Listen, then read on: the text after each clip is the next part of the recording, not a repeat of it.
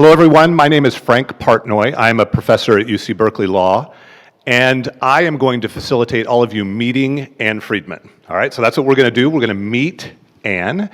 I think probably everyone here knows a lot about Ann. Maybe you've seen her or heard her voice, have read about her, but what we thought would be special and hopefully occupy a spot in history, we can look at all the cameras here, we've got 3 angles for you, all right, is to actually get to know Ann. And so I have some questions, but I'm sure it's going to go off the rails, and our goal is in 45 minutes we're going to know a little bit more about who you are. Now, one of the things about your life that has changed after this film and Alec Baldwin talking about you is that people know who you are and they recognize you. So maybe let's just start by telling us what that's like to, I walk down the halls at UC Berkeley and people don't even recognize me, but on the Upper East Side, everybody recognizes you. So what's that like? How's that changed? Well, it's more than the Upper East Side, but first I want to say thank you for inviting me. It's my new best friend. We met today, and Delia has been wonderful. I wasn't sure at first, what this would feel like or be like, and we talked it through. So I think the Meet Ann Freedman, I'm going to meet myself again, I think. To answer your question, Frank, it is an outer body feeling to have people come up to you, not introduce themselves, and with the pandemic and masks, you're not sure you know who people are anyway, but it's, you're Ann Freedman. You're Ann. Oh, you're Ann Freedman. Oh, I know you. You're Ann Freedman. And then I know what's coming. Saw you, film or documentary or heard you or press and so forth. And, I'm always interested in what someone has to say, even though I might not like it. I'm open to it. I think what has happened with my life in the last, I guess it's 13 years, is that you come to know yourself better through adversity. It tells you who you are. I spoke to a colleague last night, not someone I know terribly well, and she said, God, you're sort of brave to do this, to come on stage and just have people meet you and talk about what obviously has been painful, any conspiracy, scandal, firestorm, it would be that. And then she said, yeah, what courage. And I said, it doesn't have the meaning for me. It doesn't take courage to tell the truth, to stand up for the truth. It does take courage to stand up to the lies. And so I'm not going to be combative or defensive or shout out, this, that, and the other thing. I want to have a conversation, as we will, I hope, and just help all of you understand better who I am. We're so grateful, and Delia, people have talked about Delia Violante as being so instrumental at this. This is yours, and truly you made this happen. So, okay, so I want to facilitate everyone getting to know you, so let's have a conversation. So obviously abstraction is something that became a central part of how you view the artistic world. Where did that come from? Just in terms of when you started to become interested in abstraction and art, and just tell us a little bit about some of, you grew up, tell us where you grew up. It won't be, this isn't going to be formulaic. I'm not going to say, okay, tell us where you went to school and that sort of thing. But abstraction is a really important theme for you. And so how did that happen? I grew up outside of New York City, Scarsdale suburb, and my parents, bless them, couldn't take me into the city often enough.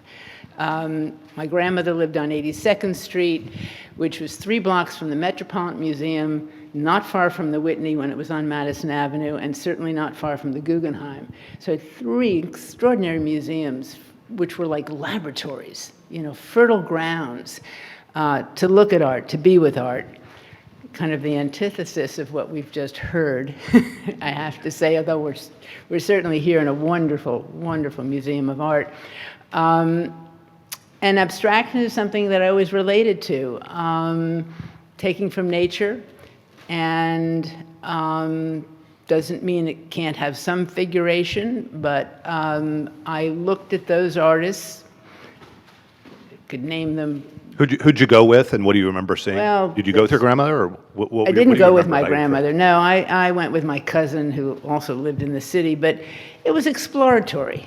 And then I found art something that I wanted to do, although I knew I had no talent. It was therapeutic or cathartic, and I knew it early on, though I went to art school, Washington University in St. Louis. Barely made it through the painting major, but I did.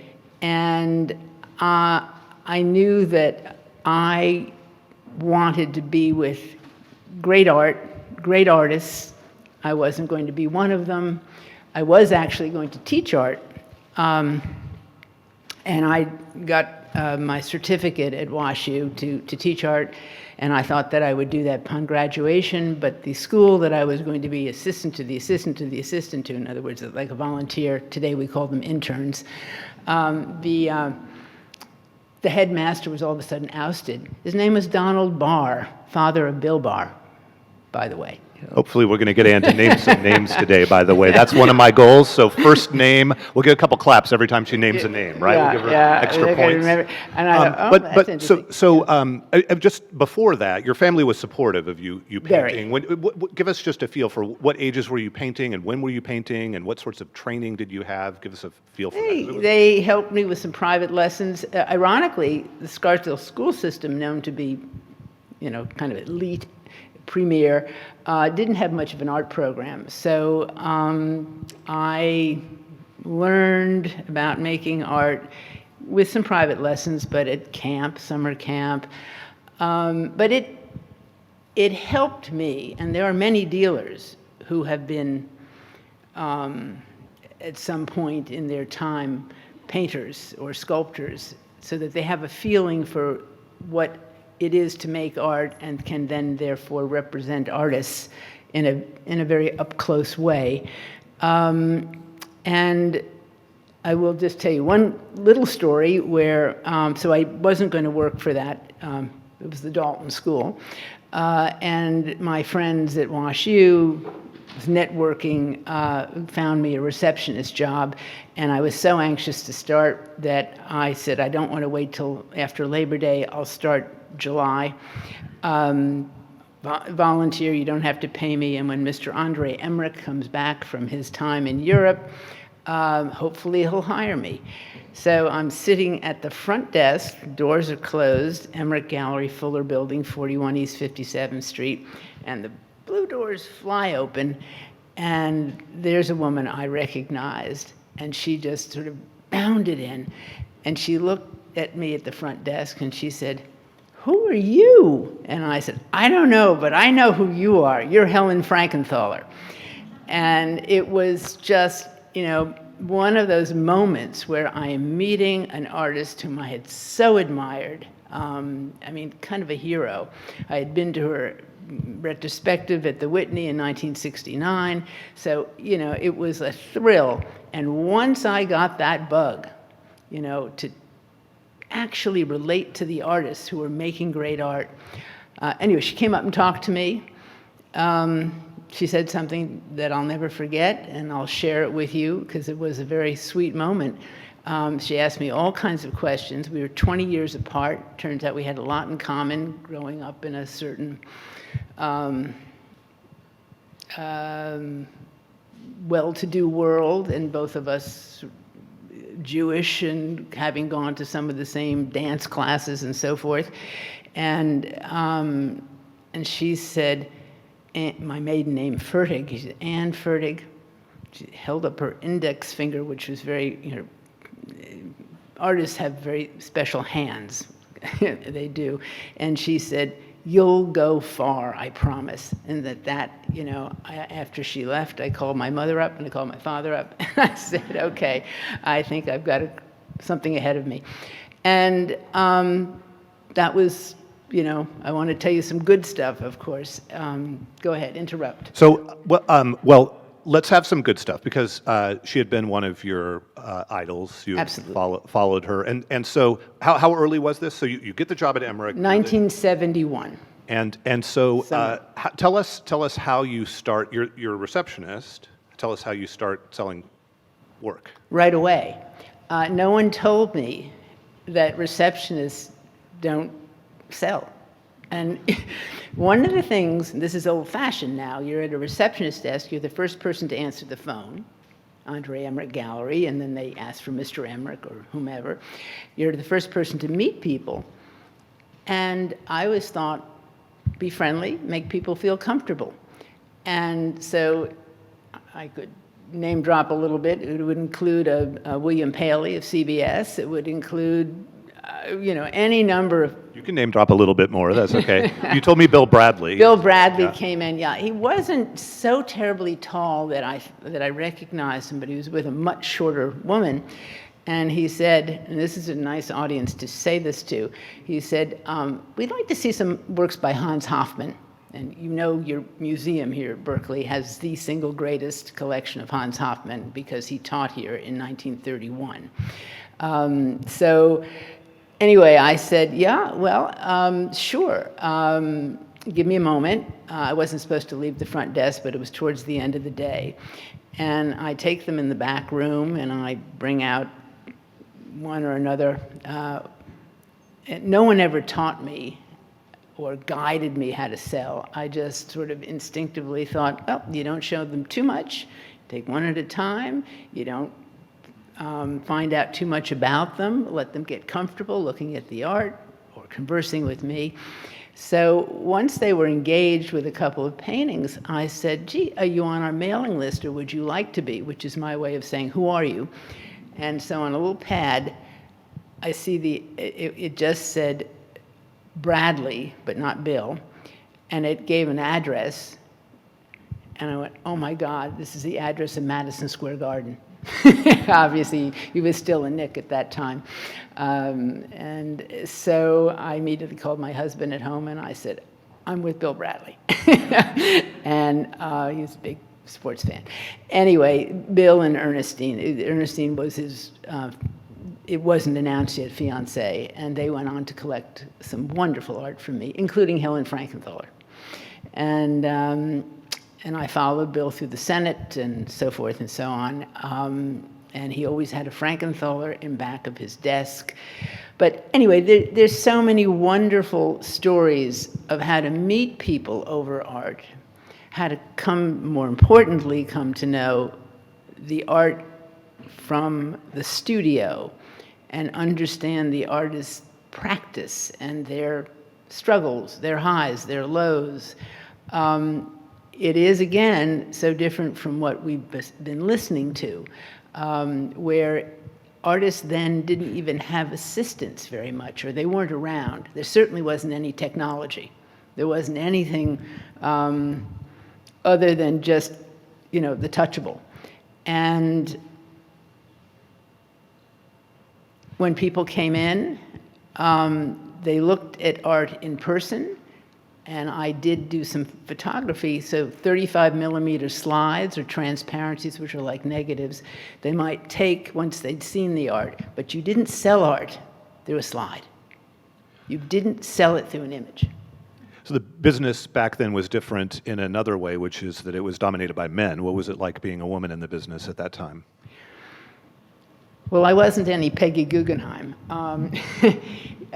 She was a great dealer. And I say that laughingly because to be a woman early on in the art world, I think it was breaking through. She had to develop relationships with the artists and the collectors differently than men did. And it was a known fact that she had a lot of relationships, personal, with artists and with collectors. Whether she thought she had to, I don't know, but you know, when one reads a lot about the history of female art dealers, you do detect that. That has not to do with me, but I was the first female woman to be a director and then president of a major established gallery, Noodler, not unlike Wildenstein, not unlike Marlborough, not unlike Kolnagi. They never had women at the top. I didn't think much about it, but it has certainly been discussed over the last many years. Did anything happen to me or with me because I was a woman and otherwise maybe it wouldn't have? I don't know that.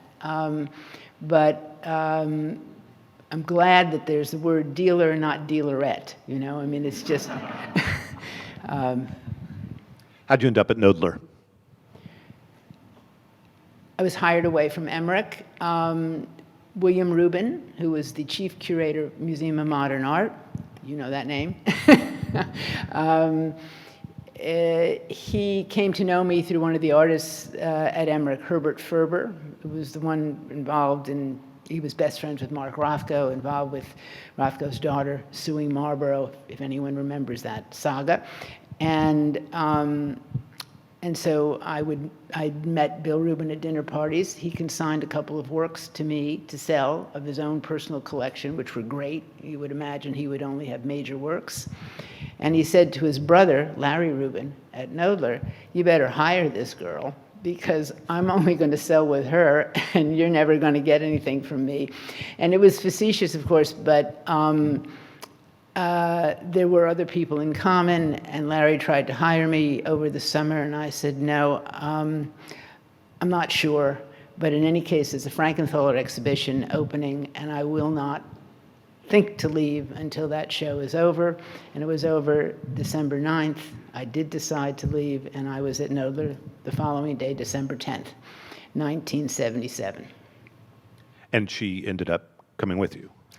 Not until Robert Motherwell, her ex, passed away. So it was a lot later, yeah. A lot later. That was how much later? That's many years. In many 1991. Years later. Okay, so when you go to Noodler. Now you can name drop a little bit more for us. So which artists are you representing at this point over the next several years? So we're going to get to the 1996 and events later, but let's talk about that time and just get a sense. Oh, the artists range from Frank Stella, scarf I'm wearing. Richard Diebenkorn, obviously, a great Bay Area artist. Jules Olitsky, Larry Poons, Howard Hodgkin. You know, over time, 15 to 20 artists. We did invitational shows also, but I came to know some of the great artists of certainly the post-war era.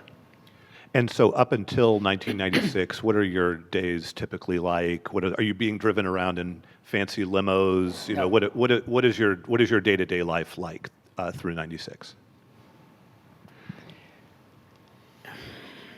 Working. I had a drive to polish Noodler's star, which had tarnished in '71 when Dr.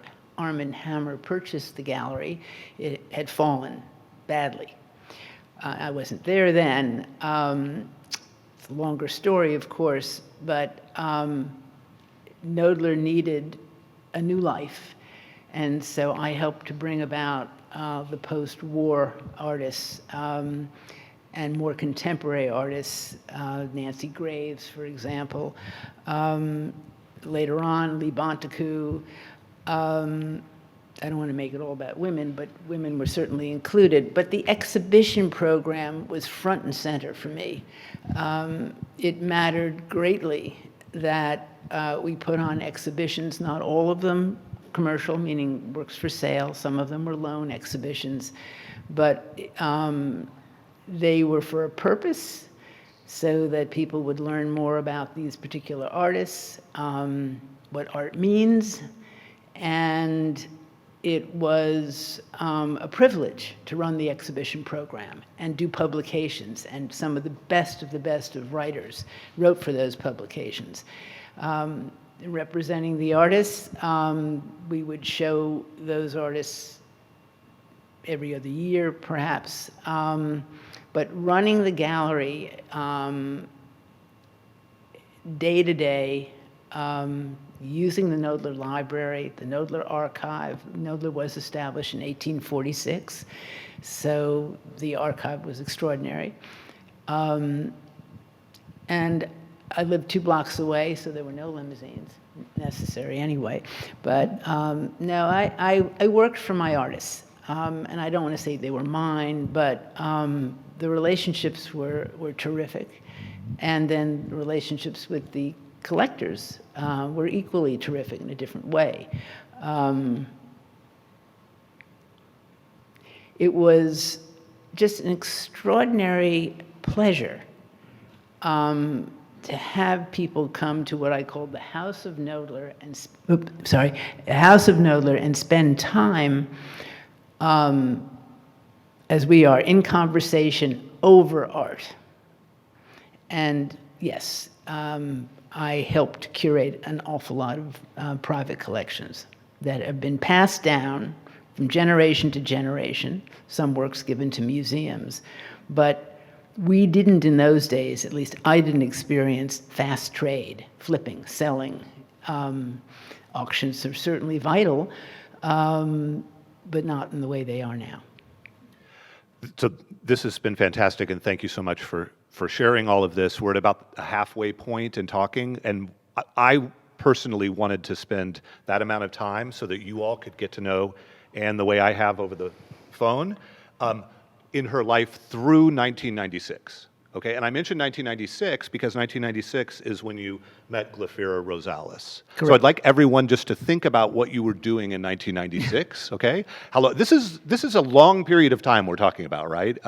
So 1996, I was just about ready to start my teaching job at the University of San Diego, and now I'm at UC Berkeley. This is a long time for all of us, right? So 1996. Last century, yeah. Last century, 1996. So you meet Glafira. Tell us about what it's like to meet her, just the early, we have a sense of what your life had been like up until then, and now she enters your life. I had an appointment with her. She did not come in off the street. I was introduced to her by a gentleman who worked at Noodler for 20 years, Jamie or Jaime Andrade, somebody whom I was very close to, really. He was almost indescribable, but as someone at the gallery who just did everything, and well respected for it, kind of an ambassador in a way. And he introduced me to many people, so this was not unusual. And he said he had a friend, Glafira Rosales. She wanted to show me a work of art from a collection, and he didn't speak English so well. He actually didn't. He wasn't so articulate in general. We learned a lot later on that he kind of had a speech problem, but he didn't explain much. And so I made the appointment, and she came in with one, now I'm going to have to say in quotes, Rothko. It was stunning. But it wasn't an immediate take on my part that, oh my God, I got to have this. It was, let me look at it. And I asked her some questions, and she immediately said that the owner was not going to reveal his name, wanted to be private and anonymous. And I do want to comment that to this day, privacy is respected with collectors. There's no museum you can walk around where you don't see a label that says private collection or given anonymously. And you certainly see that in the auction world. So nothing unusual, at least on the get-go, that I wasn't going to know the name. How did you know that she had the rights to that painting? Well, I later on had her sign a letter for that, but I asked her to leave it with me for a few days. Nothing unusual about that. To this day, someone will come in to show me a work of art whom I don't know. They leave the art with me. There's no risk there. I'm sort of checking it out, thinking about, do I want to take it on consignment. We didn't buy the works, they were on consignment, I want to add, but, and it was just sort of fortuitous that one of the great Rothko scholars who did the catalog raisonné, David Anfam, was in New York then. He lives in London. And so I invited him to come in and see it. And then I hung it in my office on a side wall, not to the public, it was my private office. And he just said, oh, it's great, it's wonderful. I knew David well enough to know he was blessing it. Please understand that there is no system for certificates of authenticity in this country, so it's not a matter of will you authenticate it. And even in Europe, where there are certificates, they're sometimes forged. So it's really getting the scholars, art experts, museum professionals to use their eyes and tell you what they think. So he was excited about it. He said, you must tell the National Gallery because the Rothko is paper mounted. It's not under glass, very common for Rothko. And so that was the first one. And so we can't talk about every one of these No, we paintings, can't. but we'll talk about there were this 23, not 40, not 60, not 80, 23. over how long a period of time? 14 years. Okay, and we can't talk about all 23, but we can talk a little bit about this one. Where is this one? Well, eventually I didn't sell it. A couple of times came close. And so eventually I said to myself and my husband, maybe we can buy it if we trade. Actually, it was a Diebenkorn, and an authentic Diebenkorn, so it's worth a lot of money. And we traded it for this Rothko.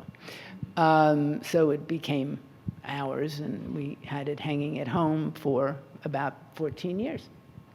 And so people here know the remainder of the story, and we don't need to dwell on that now, but I would like to ask you some hard questions. So, Yes, sir. I do this, I ask hard questions, so now Ann's in this position, so I get to do it to her. But in all seriousness, looking back, what do you wish you would have done? What could you have done in retrospect? Going back in time, wind back the clock. Well, 2020, I first want to say terribly and deeply sorry for anybody whom I knew well, whom I didn't know so well, of course, including my family, that was upset, hurt, a lot of words you can use, but shocked by this.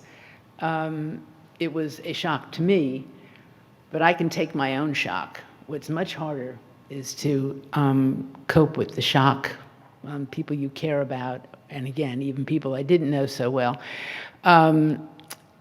Regret that I didn't come to know Glafira Rosales in detail.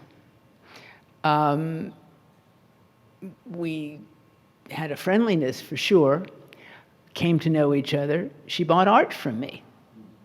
That certainly registered for me, someone who was serious, and she paid sales tax.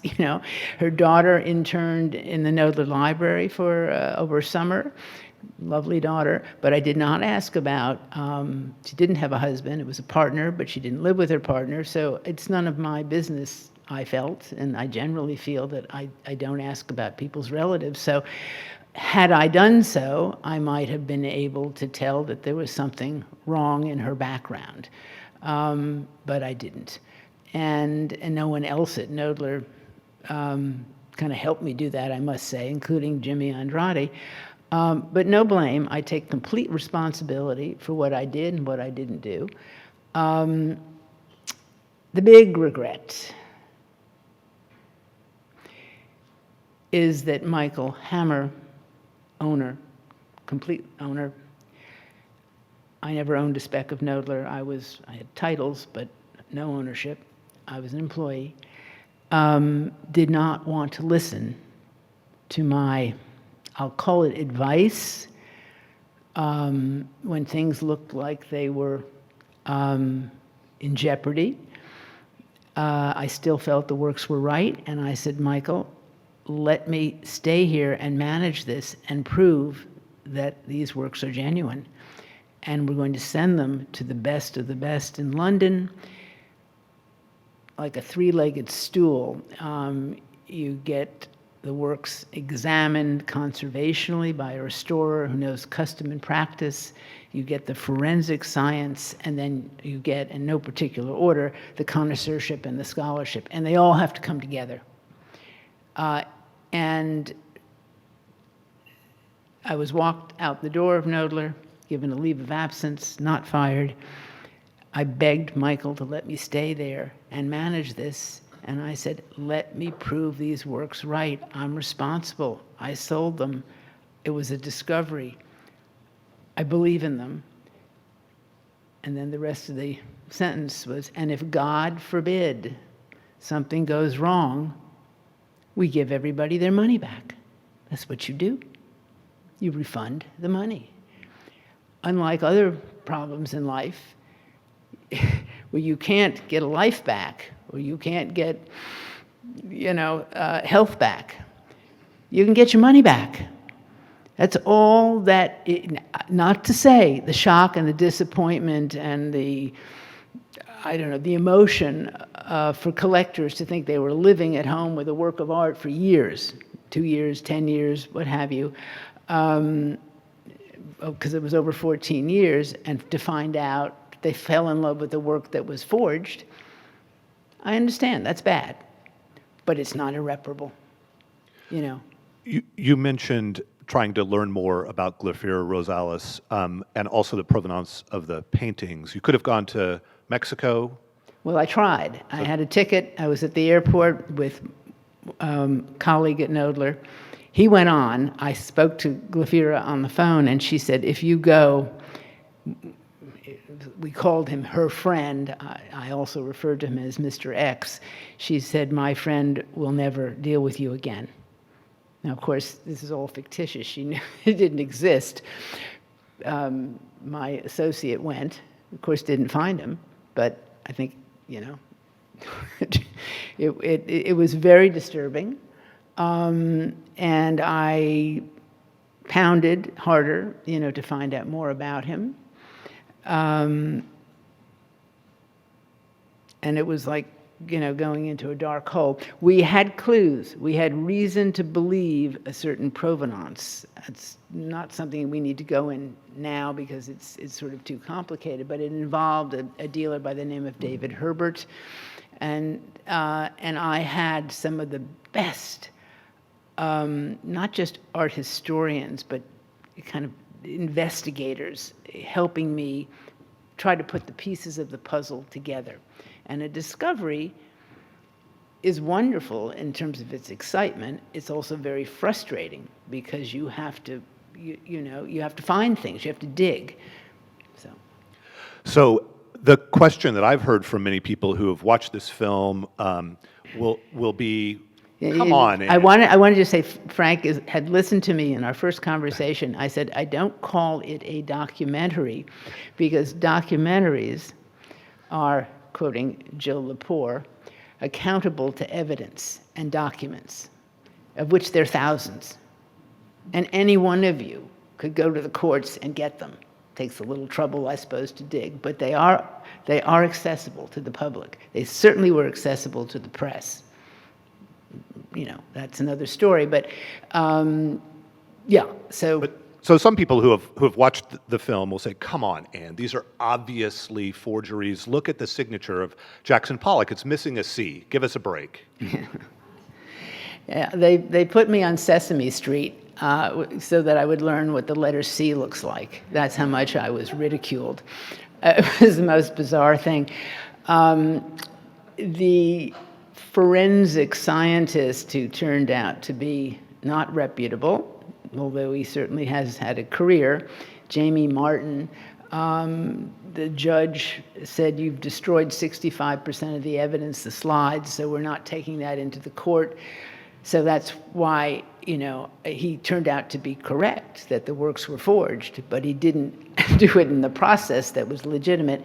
But what he did do with this Pollock is he put it under a microscope because Pollock's signature, and I know you have a Pollock in the museum, I think, right? Or a couple of them. His signature can be very delicate, and particularly in proportion to the whole painting. And let's remember, when we're looking at art with our human eyes, we're taking the whole work of art in. We're not zooming. Our eyes don't zoom. We can do it with our iPhones and our computers, you know, pinch it up and whatever. But it wasn't misspelled, Pollock. It was that the C was buried in the impasto of the paint, and it was painted on masonite, which is a bumpy surface. So it was as if it was skipped, which in script happens all the time. You know, but if it had been misspelled Pollack, which is one of the misspellings of Pollock, then you say, well, what's that about? But no, it just, and nobody noted that until they put it in the New York Times with a magnified image. And we don't walk around this museum with a magnifying glass, right? So it magnified it and then took a perfect Pollock signature, of which there are very few. Many Pollock signatures are a little rough and blurry and so forth. If you think about his style of painting, you know, he wasn't, you know, anal. So that became blown out of all proportion. And then they also, Patricia Cohn of the Times, gave the measurements as if it were horizontal and it was vertical. And I went crazy because there is, you know, it's a tradition of giving height than width, so that we all, with abstract art, it's important because you're not looking at a figure. And so I had someone who wrote for the Times pass that to the newsroom, and within 24 hours she was removed from the culture desk. She still writes for the Times in the business section, by the way. But, you know, it's just... Okay, so we have less than 10 minutes now. So we're done with the hard questions. I'll give you some easy questions. Were you prosecuted? Were you convicted of a crime? No. Delia was kind enough to print out, if anyone is interested, he is a great lawyer. Frank has spoken to him. His name is Stanley, or Stan Brand, from Washington, D.C. He's on the Hill. He's been on television and such. And he went to college with my husband, so that's how he was at our wedding 49 years ago. And he took an interest in everything that was going on or wrong with me. And, but he was not our hired lawyer. He just was like a mentor for my lawyer by the name of Luke Nickus, who was in his 20s when I met him. So yeah, really young. And he just turned 40. And I'm 73, so, you know. But, so Stan was in this film documentary and was really angry that the premise was all wrong. The premise was, let the audience decide. The judicial system has already decided. They decided years ago, actually. I went through the FBI twice. DOJ, Pret Bahara, 10 lawsuits, you can imagine, do the math, how many lawyers are involved with each lawsuit, each looking to indict, so thousands of documents. They couldn't find any proof whatsoever that I knew these were forged. In fact, quite the opposite, all the due diligence. And there's what's called the Robert Whitman report, who established the art crime team, FBI, who wrote a thorough report. He interviewed me for 12 hours, and he said, there is nothing here other than Freedman believing in the art and doing her due diligence. But I'll quote E.A. Carmine, whom I, bless him, he's in heaven now, but, you know, one of the great, great arts, he was a museum professional, chief curator at the National Gallery when it opened, then director at the Fort Worth Museum and so forth. And he was mortified to find out when Glafira confessed, which was around the same time we were getting the analysis of the pigments. And he said 4 words, and he would never talk about it again. The 4 words were, I got it wrong. And I'll echo that. I got it wrong. Wrong. I believed. Belief is not foolproof. and I don't want to say this in too much of a psychological way, but we can believe in people, we can believe in paintings, and it can get shattered. That's why we have a divorce rate.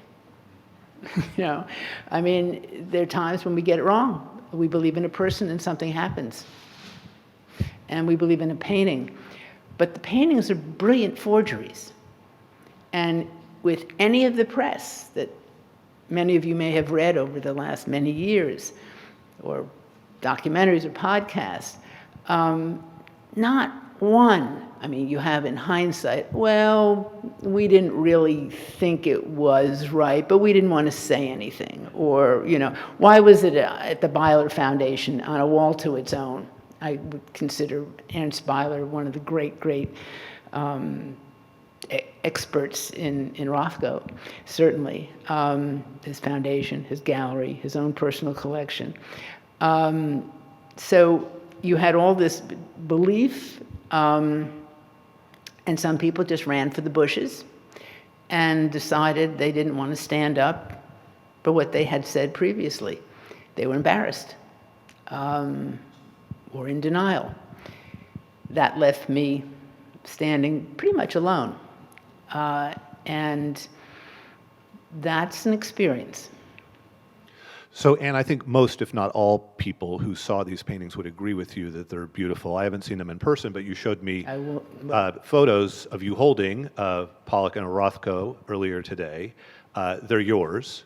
What should we do with these paintings? Well, I just recently got them back, and I want to say very clearly, because I don't think I've said this to Delia, months ago when the conversation started about this conference, I was starting to make better peace with the past, because I knew why you came to me. It was over this, and I thought, my God, I can talk about it not in some commercial way, but under the tent of a university, a great university, where there are students, there are professors, there are people like yourselves who are interested for whatever reason. And it gave me some peace of mind. And so I turned to my lawyer, Luke Nickus, who had those paintings in his office. He came rather attached to them, apparently. And I said, I want them returned. So I have 2 out of the 3. There's a little issue with the Motherwell, which I will get back. I'll just tell you so you don't wonder. Noodler sent the wrong Motherwell. Not the one that I owned, but one that I didn't sell that they owned, which is about as stupid as I saw them both today. Even I'm not trained in any way. I can tell the difference between these two. They're not the same size. They don't look. They're completely different. Yeah. So it's. So. But so you have some ideas about how. The idea is, thanks to you, because I said, well, where could I show them so the public can see them? Scholars can see them, students, professors. Obviously, it's going to feel different knowing they're forged. You're going to look at them not so objectively, maybe, but so if I can present them at Berkeley, at BAMFA, I would be really pleased to do that. The idea being to show them with some authentic works, just for some context. It's a presentation, it's not an exhibition. But I want people to learn something. I want them to see this art, which now comes after a few sessions here of talking about technology and digital. I want them to see the art up close and personal, the way all of my plaintiffs saw them, and live with them, and that matters. And of course, Banff is a great museum. It's not so close to where I live, but it's okay. And I think that for the seriousness of purpose, it would really it would matter. I think it's a fantastic idea, and I hope someone who has a lot of money. I'm a finance person, so I hope someone who has a lot of money who I talk to or who's watching this right now will pony up and write a big check for us to be able to do this. I think it would be important for history. And I just have one. We have to stop. But I have one last question, just as a finance person. If you really thought these were fake, you didn't insure these, did you? Yeah. Well, yes. You can ask Chubb. Bob, my husband, and I had works that were worth tens of thousands. a few works worth hundreds of thousands. We were very serious, we still are collectors. We still have a collection at home. We've had to sell some works. But we didn't have anything in the millions. And so the Pollock and the Rothko put us well over that, So we then had 2 works of art worth in the millions, and that changed our policy, our premiums. And so for 14 years, the Pollock came a couple years later, but, for about, say, 12 years, we were paying very substantially for our art insurance. Absolutely. And nobody knew that but Ann and Bob Freedman and Chubb. So anybody who wants to accuse me of buying them so I could say to collectors, well, here, I bought some, so you buy some, that did not happen. They might have known that we owned a couple, but you'd have to be insane to pay insurance on what you know isn't worth anything, right? So thank you for the question. I think that's the perfect way to end this. So please join me now that we have met Ann Freedman. Let's have a glass of thanking her wine. for being willing to do this.